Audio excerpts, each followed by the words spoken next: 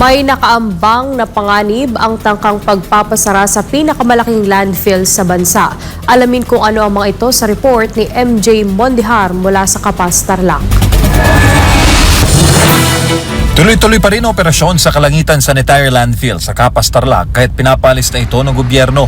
Malaking bahagi ng Central Luzon ang siniserbisyuhan nito sa usapin ng basura. Mahigit sa 100 local government units ang nagtatapon dito ng lahat ng uri ng basura.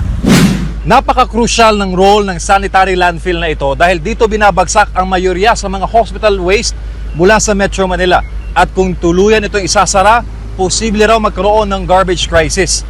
Kaya hiling ng operator ng landfill, sana raw mapag-usapan ang epekto nito sa Senado at Kamara.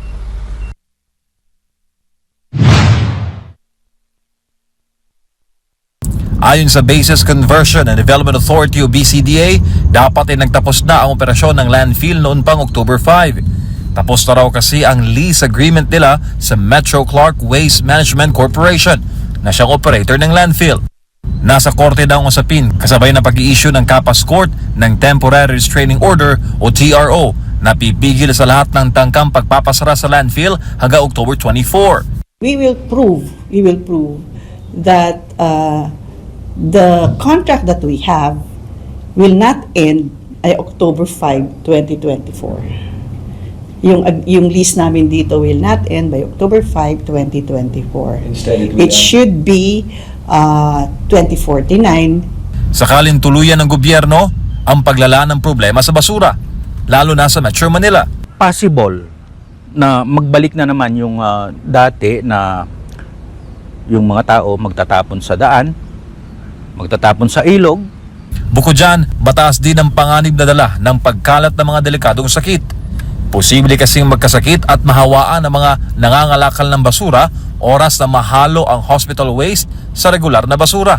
Kaya ang mga sakit na pwedeng mailipat lamang dahil sa blood, saliva o blood fluid contact, mabilis lamang nakakalat. And ang pinakadelikado doon, lalo na yung mga hospital waste, yung mga healthcare waste, isasama dun sa mga ordinary waste. So, yun ang magiging crisis talaga ang basura. Accredited ang landfill na tapunan ng hospital waste kasama na ang laman loob ng tao. At para hindi magkaroon ng masangsang na amoy, gumagamit ang Metro Clark ng biological treatment sa kanilang wastewater.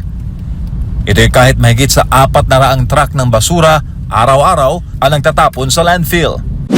Ngayong naharap sa hamon ng landfill, nananawagan ng Metro Clark sa gobyerno na sana'y araling mabuti ang pagpapasara sa kanilang operasyon. Lalo't katakot-takot na epekto ang idudulot nito sa maraming local government units.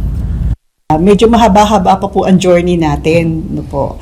Pero asahan niyo po na yung ginagawa po namin na ito, kino-consider po namin yung masolve ang problema ng mga kliyente. Balak naman ng BCDA na gawing premier investment and tourist destination ang 100 hektaryeng landfill.